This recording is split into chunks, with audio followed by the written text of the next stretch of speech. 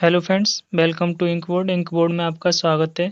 Friends, हमने गणित कक्षा 9 में एक्सरसाइज 1A स्टार्ट कर दी थी। जिस एक्सरसाइज में हमने क्वेश्चन नंबर 10 तक कर लिए थे। तो फ्रेंड्स, हम आज इस वीडियो में क्वेश्चन नंबर 11 से स्टार्ट करेंगे। और आपसे एक रिक्वेस्ट है, अगर आपने पेन पेपर कॉपी नहीं लिया है तो पेन पेपर कॉपी लेकर बैठे और जो भी क्वेश्चन मैं कराता जाऊँ उन्हें नोट करते जाएँ, ताकि आगे चलकर आप में कोई प्रॉब्लम ना हो। और आपने पिछला वीडियो नहीं देखा है तो उसे भी देख लें, फिर इसके बाद इस वीडियो पर आएँ। तो चलिए आज का 11 नंबर क्वेश्चन पढ़ते हैं। क्वेश्चन नंबर 11 में कह रहा है, निम्नलिखित कथनों में से कौन से कथन सत्य हैं अथवा कौन से असत्य। तो 11 नंबर क्वेश्चन में हमसे सत्य और असत्य पूछे हैं। तो सबसे पहले इन्हें नोट कर लेते हैं, फिर उसके बाद इन पर चर्चा करते हैं।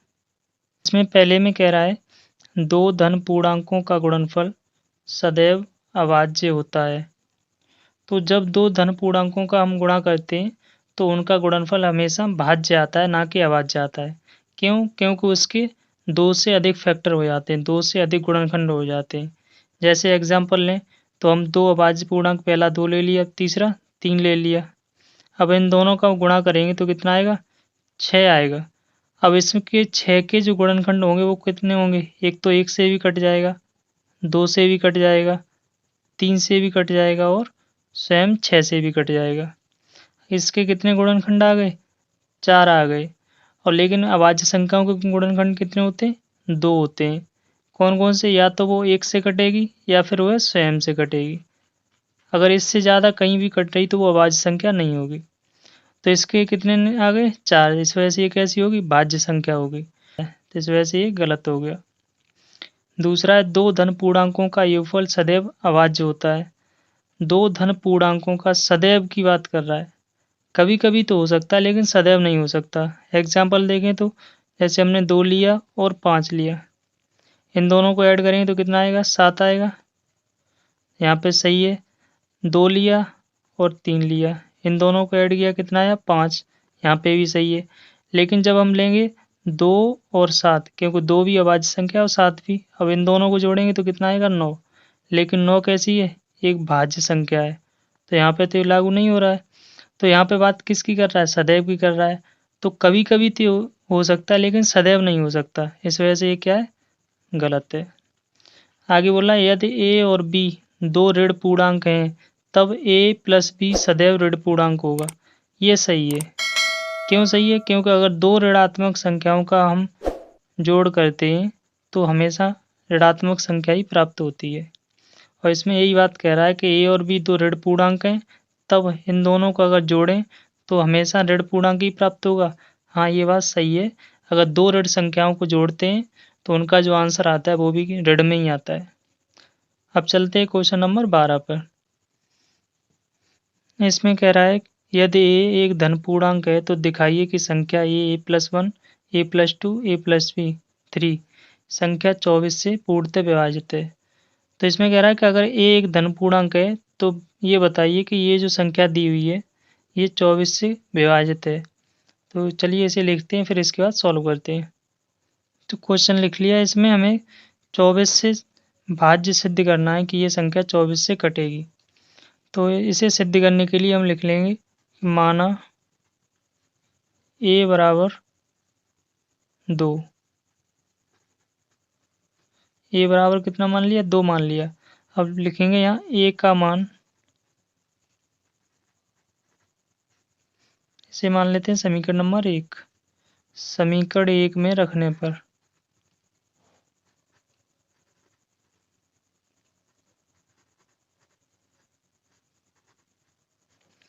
अब जो दिया उसे लिख लेंगे यहाँ पे। तो ए, a+1, a+2 और a+3। अब इसमें ए की जगह कितना रखेंगे? 2 रखेंगे। तो यहाँ पे रखेंगे 2, 2+1, 2+2 और 2+3। इन्हें ऐड कर लेते हैं। जब ऐड करेंगे तो ये हो जाएगा 2 गुणा 3, ये गुणा में 4 और ये गुणा में 5। तो जब गुणा करेंगे तो कितना आ जाएगा? 5 का 4 20, 20 3 60, 60 दूनी 120। तो कितना आ गया 120। अब चेक करके देखते हैं कि ये 24 से कटेगा या नहीं कटेगा। तो यहाँ पे भाग देंगे, 24 का भाग किस में देंगे, 120 में। तो 24 का पाड़ा 5 बार पढ़ेंगे तो कितने बार जाएगा, 120, यानी ये 24 से कट जाएगी। तो इस प्रकार हम लिख सकते हैं दी हुई संख्या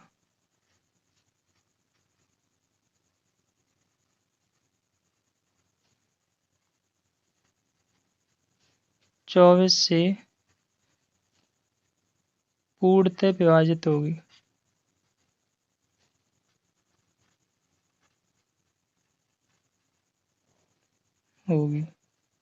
यही हमारा इस क्वेश्चन का आंसर है। हम देखते हैं क्वेश्चन नंबर 13।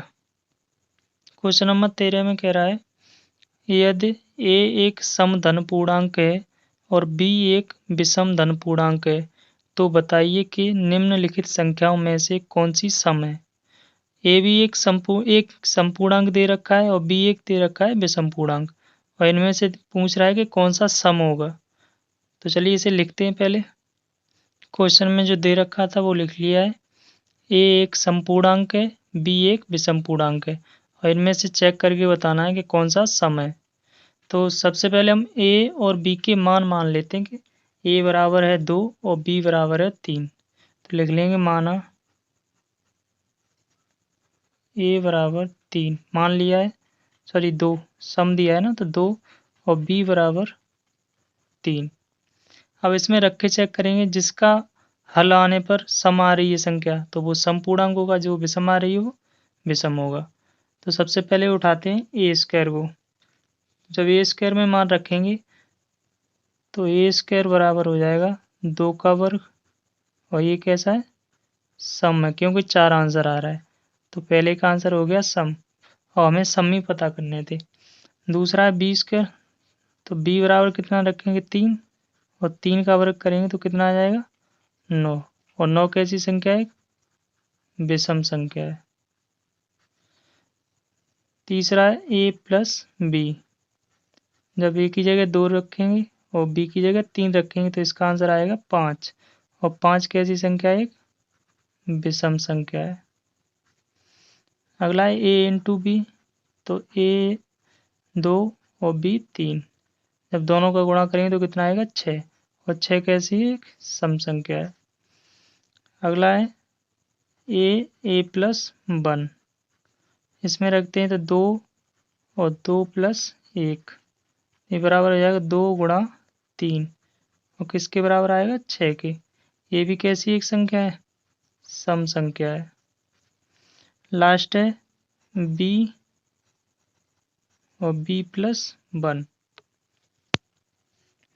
तो ये बराबर हो जाएगा 3 और 3 प्लस 1, जब जोड़ेंगे इसे तो हो जाएगा 3 गुणा 4, और ये किसके बराबर है 12 के, और 12 भी कैसी है, सम संख्या है।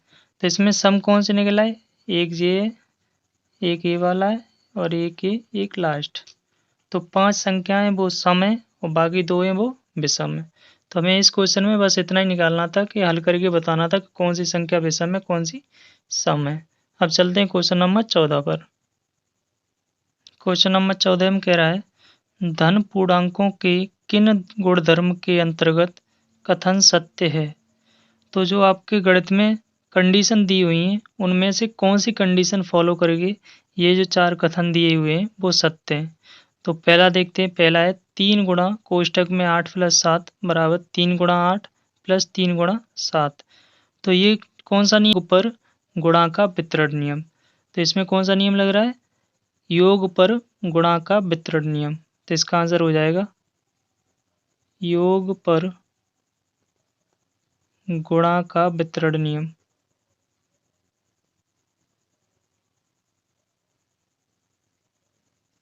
नियम।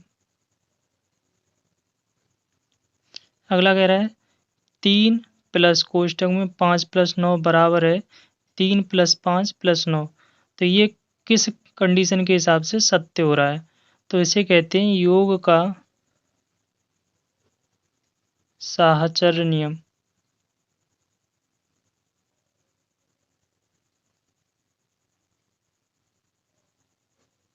जब संख्याएं कोष्ठक के बाहर 1 लिखी हो और 2 अंदर लिखी हो या 3 अंदर लिखी हो, फिर गुणा वाली संख्या को बाहर लिख दिया जाए सभी संख्याओं के साथ में, तो उसे बोलते हैं वितरण नियम।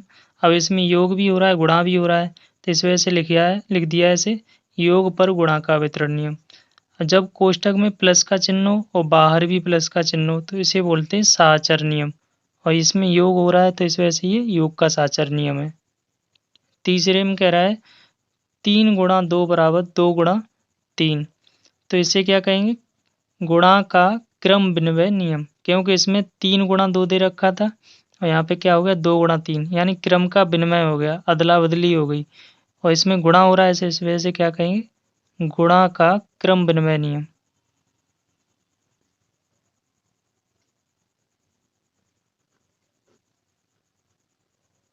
अगर इसी की जगह यहाँ पे प्लस होता तो इसे बोलते योग का क्रम विनिमय नियम, भाग होता तो बोलते भाग का क्रम विनिमय नियम।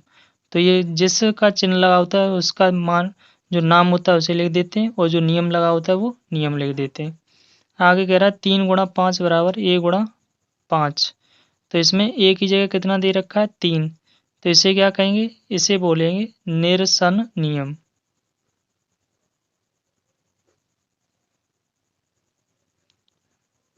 जब दो संख्याएं गुणा में दी हों और बराबर में भी वही संख्या रिपीट हो रही हो, लेकिन उसमें से एक संख्या गायब कर दी जाए, तो उसे बोलते हैं निःसरण नियम। तो ये थे धन पूर्णांकों के गुणधर्म, जिन्हें फॉलो करके ये 4 जो कथन दिए थे या 4 जो क्वेश्चन दिए हुए थे उन्हें बताना था। अब चलते हैं question number last, question number 15 पर। इस क्वेश्चन में हमें ये 4-5 मान दिए हुए हैं और इन्हें संख्या रेखा पर दिखाना है। तो चलिए सबसे पहले -5 को दिखाते हैं। तो एक लाइन खींच लेंगे और इस लाइन पर जो संख्या दी हुई है उसे दिखाएंगे। तो बीच में मान लेते हैं यहाँ पे 0 है, और राइट हैंड पे चलेंगे तो प्लस के चिन्ह आएंगे। तो 1 2 3 4 5, और लेफ्ट पे चलेंगे तो माइनस के, -1 -2 -3 -4 -5। अब ये संख्या रेखा पर पूछ रहा था, तो जहाँ पर माइनस के 5 आ गए वही हमारा मान हो गया, तो इसे यहाँ से 0 को मिला देंगे और ये हो गया आंसर -5। दूसरा कह रहा है, ये पहला था, दूसरा कह रहा है -2 दिखाइए। तो संख्या रेखा बना लेंगे, 0 हो जाएगा यहाँ पे 1 2, इधर हो जाएगा -1, ये -2। अब बस इतना ही पूछ रहा था 2 तक, तो इसे 0 से मिला देंगे, ये हो गया -2, ये हमारा आंसर हो गया। अब तीसरा क्वेश्चन है, तो तीसरे क्वेश्चन में 0 दिखवा रहा है, तो यहाँ पे लाइन खींच देंगे और यहाँ पे बना देंगे 0 वाली एक लाइन, तो ये हमारा तीसरा आंसर हो गया। चौथे में 2 पूछ रहा है, तो इसे 2 दिखा देंगे, तो यहाँ पे 0 1 2, इधर -1, ये -2, और यहाँ पे +2 है, तो यहाँ पे लिख देंगे और इसे मिला देंगे, तो ये हो जाएगा +2 का आंसर। अगला 5 पूछ रहा है, तो 5 ज्ञात करने के लिए 5 दिखानी पड़ेंगी, 3 4 5, और ये 0 वाली, ऐसी 1 2 3 4 5।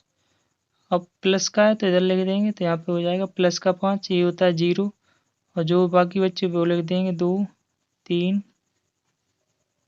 4 और 5, माइनस का आएगा, और इसे यहाँ पे मिला देंगे, ये +1 +2 +3 +4, एक ज़्यादा हो गया, यहाँ पे लिख देंगे 5, तो ये हो गया +5 का आंसर। तो इस क्वेश्चन में बस इतना ही करना था कि जो भी मान दिए हुए थे उन्हें संख्या रेखा पर दिखाना था। तो उम्मीद है आपको वीडियो पसंद आई होगी। अगर वीडियो पसंद आई है तो वीडियो को लाइक करें, शेयर करें और चैनल को सब्सक्राइब करें। वीडियो देखने के लिए धन्यवाद।